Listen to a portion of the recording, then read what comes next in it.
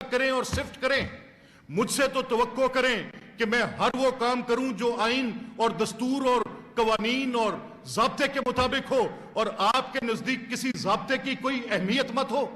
تو پھر مجھے یہ اراکین سوال پوچھتے ہیں کہ یہ جو اقدامات ہیں, اگر کسی کی alleged misstatement a sole ground for disqualification of a prime minister ہو سکتی ہے, تو پھر یہ کیوں نہیں کہ جب کوئی حلف توڑے گا, جب کوئی پارلیمانی پارٹی کو پولیٹیکل پارٹی آئین کو توڑنے کی ہدایت جاری کرے گی تو اس کے اوپر اسپیکر صاحب یا خود فیصلہ کریں یا الیکشن کمیشن کو بھجوائیں یا پڑھ لیں, کوشش کریں پڑھنے کی, اور ان وکلا سے مشاورت کریں جو کہ پاناما کیس میں حصہ تھے.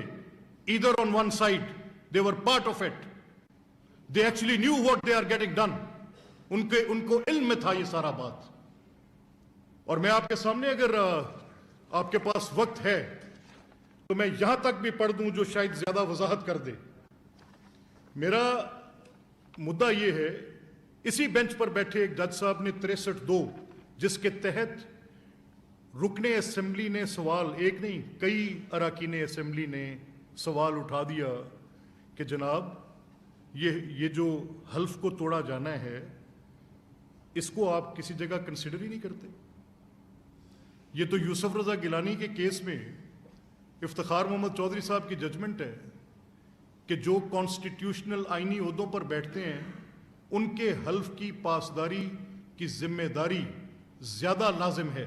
ایک ایک لفظ کی تشریح ہے, ایک ایک لفظ کا مفہوم ہے, ایک ایک لفظ کی پاسداری کرنا لازم ہے, اور کسی ایک لفظ سے بھی روگردانی آئین سے انحراف اور حلف کو توڑنے کے مترادف ہوگا تو پھر 62 کی وہ شکیں لازمی طور پر لگ جائیں گی جن کے نتیجے کے اندر ڈسکوالیفیکیشنز ہوں گی.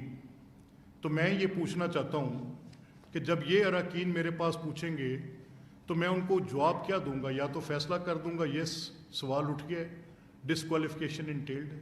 میری 4 روز پہلے آپ کے ساتھ اسی ہال میں بات چیت ہوئی, میں نے آپ سے کہا کہ کچھ سوالات اٹھے ہیں. عمر عطا بندیال کی ججمنٹ نے سوال اٹھائے ہیں.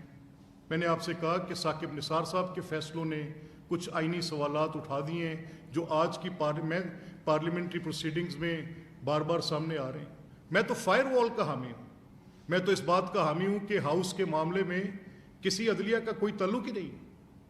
میں تو چاہتا ہوں کہ article 69 in letter and spirit in vogue رہے, ہاؤس کے معاملات میں کوئی باہر کی بات نہ آئے.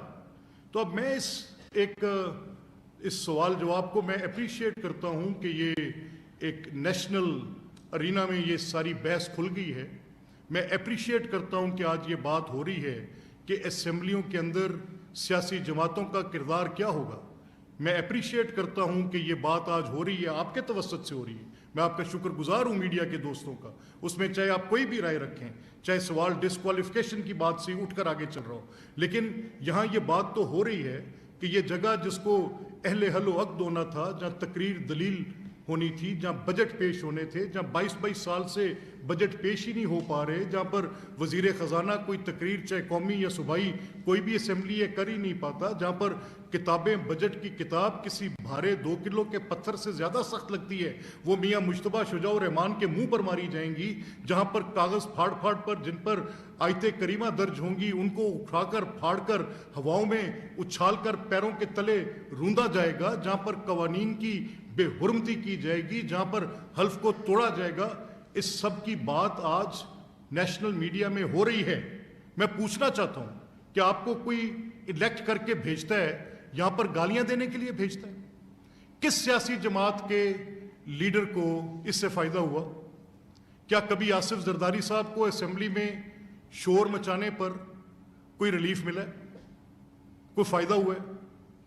کیا کبھی میاں نواز شریف صاحب کی قید ختم ہو گئی تھی اس شور شرابے کے اندر, اسمبلیوں کے اندر شور شرابے کے نتیجے میں؟ کیا شہباز صاحب کو کوئی ریلیف مل گیا تھا شور شرابے کے نتیجے میں؟